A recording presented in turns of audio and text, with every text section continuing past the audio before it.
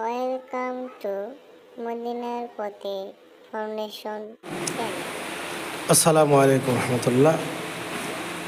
রবিউল আউয়াল মাস পবিত্র ঈদে মিলাদুন্নবী সাল্লাল্লাহু আলাইহি সাল্লাম উপলক্ষে মদিনার পথে শান্তি সংঘ ফাউন্ডেশনের পক্ষ থেকে অসহায় মানুষদেরকে চাল দান করা হবে। এই যে চলছে, আলহামদুলিল্লাহ। সবাই দোয়া করব যাতে এই মদিনা পথে শান্তি সংঘ ফাউন্ডেশনের যারা সদস্য রয়েছেন, আল্লাহ পাক সবাইকে যাতে জানে মালে বরকত দান করে, সবার হায়াতে তৈবা দান করেন এবং এরকম দিনই খেদমত করার তৌফিক দান করেন এবং আরও বেশি বেশি যারা দান করতে পারে। আমরা সকল সদস্য যারা রয়েছেন সবার জন্য দোয়া করবো ইনশাআল্লাহ, আমিন।